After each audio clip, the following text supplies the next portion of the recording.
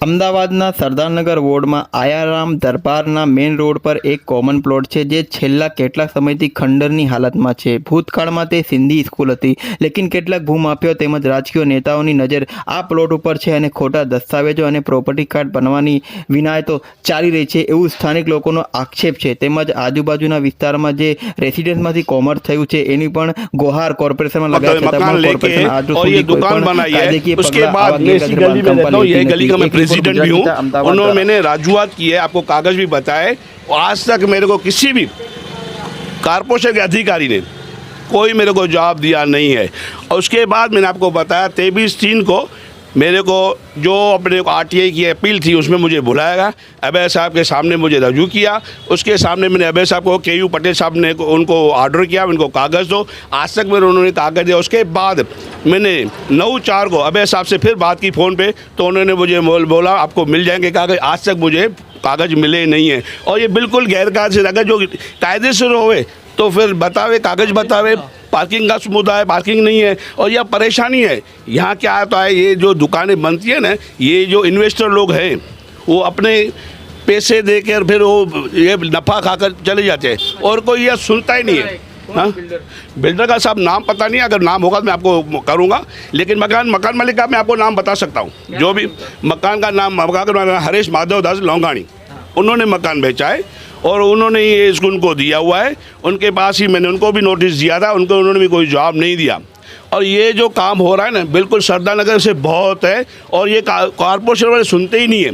Corporation आखाड़े कान कान बंद करके बैठ जाते हैं, किसी को भी कुछ भी नहीं सुनते हैं, किसी की भी नहीं। देखो आपके सामने सफाई का कोई नहीं है। अब ये कोरोना काल चल रहा है, कोई सफाई नहीं है। आप शाम को कम से कम 50 से 60 गायों बैठी होगी और गैर का से जो लारी आती है, गैर का अड्डा हो जाता है।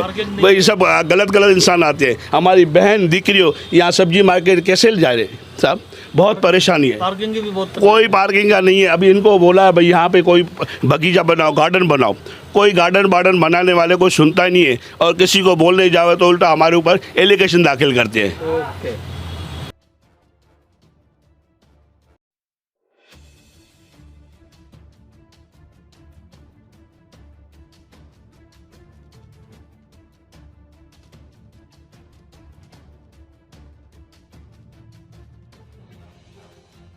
नहीं है, कहीं कहीं सब तो बिल्कुल ख़त्म नहीं होता। हैदराबाद के अंदर आज की तारीख में एक भी हिंदी स्कूल नहीं है। हाँ, बिल्कुल, वो बंद हो गई। मैं कह रहा हूँ कोई बात नहीं है, बंद हो गई है, लेकिन देवनागरी भाषा जो है, मतलब बोलने की जो होती है वो देवनागरी, लिखनी स्क्रिप्ट जो है हिंदी, देवनागरी चल सकती है, ऐसी बात नहीं। एज ए सब्जेक्ट जैसे दिल्ली में बाबा निमराज स्कूल टॉप लेवल पे था, साधु वासवानी स्कूल था, वो भी सिंधी था, लेकिन आज देवनागरी हो गया है। हो सकता है गुजराती मीडियम कर दें, एक विषय कर लें सिंधी का, क्यों नहीं कर सकते, चल सकता है। लेकिन विद्या का जो मंदिर है, उस विद्या के मंदिर को हटा के कमर्शियल मार्केट या गंद करके इसमें रेजिडेंशियल एरिया में, ये पाप का काम है। मैं बड़े टॉप लेवल के, मैं खुद आडवाणी जी से एक बार जिक्र किया था, जब मैंने उनसे इंटरव्यू लिया था लालकृष्ण आडवाणी से दिल्ली दूरदर्शन पे, तब मैंने ये मुद्दा उठाया था। तो तब कहते, मैंने कहा आप वहाँ अहमदाबाद से खड़े हो, तो मेरे सरदारनगर में ये प्रॉब्लम है। कहते मैं अब खड़ा नहीं हो रहा हूँ, समझा ना, और आप वहाँ पे उठाओ, मैं ज़रूर सुनवाई करूँगा। लेकिन उन्होंने भी नहीं सुनी।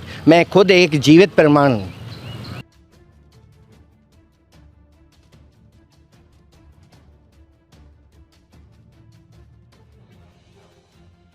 आपका मेरा राजकुमार नानक बरागाणी। राजकुमार भाई, क्या तकलीफ है आज आपको इतने सालों के बाद सिंधी समाज की स्कूलों के बारे में, प्लॉटों के बारे में यादगार हुआ? साहब, सिंधी समाज को तो बहुत तकलीफ है। 23/2/1986 को नगर पालिका चली गई, उसके बाद कारपोरेशन जब से आया है तब तक, उससे बाद यहाँ पर बीजेपी का दबदबा है और बीजेपी के एमएलए हैं, बीजेपी के कारपोरेटर चुन के आते हैं। वो सिर्फ काम कोई करता नहीं है, गरीब लोग परेशान है। वही पुरानी गलियों के अंदर पानी की लाइनें, थमले वही है, रोड बनता नहीं है, पब्लिक बहुत परेशान है। और हम जो भी यहाँ की समस्या है, सब जनता उनके पास रजूआत करने गई है, कोई सुनने के लिए तैयार नहीं है। उन्होंने सिर्फ अपने जेबों का विकास किया है, जनता का कोई विकास नहीं किया है। जो पहले थे उन्होंने अपना जेब भर के चले गए, अब जो नए आए हैं वो अपनी जेब भरने आए हैं। आज मैं आपको बता दूँ, सरदारनगर में रेसिडेंट को बहुत कॉमर्शियल कर रहे हैं और हमने वारंवार कारपोरेशन में रजूआत किया उत्तर जोन में, हमारे रजूआत के बाद भी कोई सुनने वाला नहीं है। और अधिकारी के पास जाते हैं, अपील करते हैं, अपील की कोई सुनवाई नहीं है। अभी लास्ट मैंने साहब को, एक कारपोरेशन में एक साहब को मैंने दिखाया था, उन्होंने मुझे वहाँ बुलाया, जिस साहब का नाम मैं बताता हूँ, KU पटेल साहब को मैंने दी थी, ये मेरे पास है। उन्होंने अपील के लिए मुझे बुलाया था 23/3 को। उन्होंने मुझे कोई खुलासा नहीं दिया, RTI की थी। उसके बाद मुझे उन्होंने ऐसा कहा आपको हम डॉक्यूमेंट्स घर भेजेंगे। उसके बाद मैंने अभय साहब को मैंने कॉल किया था 9/4/2021 को दोपहर को 1:10 को। उसके बाद भी वो कोई खुलासा नहीं हुआ और कोई जवाब नहीं दे रहा है। ये आपको दिखा दूँ, ये रेसिडेंट है, इनको कॉमर्शियल बनाया है। ये जो है ना गैरकायदे से रहे, कोई डॉक्यूमेंट्स नहीं है, सब टोटली यहाँ पे है ना गैरकायदे से काम होता है।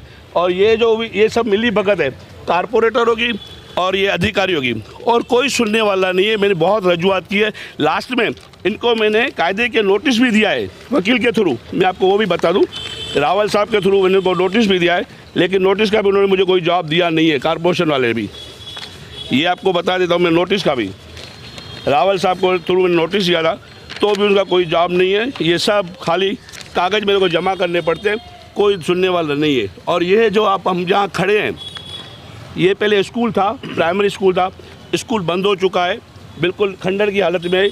यहाँ बहुत गलत काम हो रहे हैं और आजू बाजू के जो ढोर ढके यहाँ पड़े रहते हैं। रात को देखोगे आप, लारियाँ खड़ी रहती है, कोई सुनने वाला नहीं है। हमने बहुत रजूआत की है, कोई सुनने वाला नहीं है। इसके लिए आपको हम विनती करते हैं आपके माध्यम से कि हमारी ये कंप्लेन आप ज़रा उनको बता देना, अधिकारियों को, जो हमारी नहीं सुन रहे हैं इसके लिए। बाकी तो आपको आगे जो भी होगा मैं आपको बताऊँगा। धन्यवाद।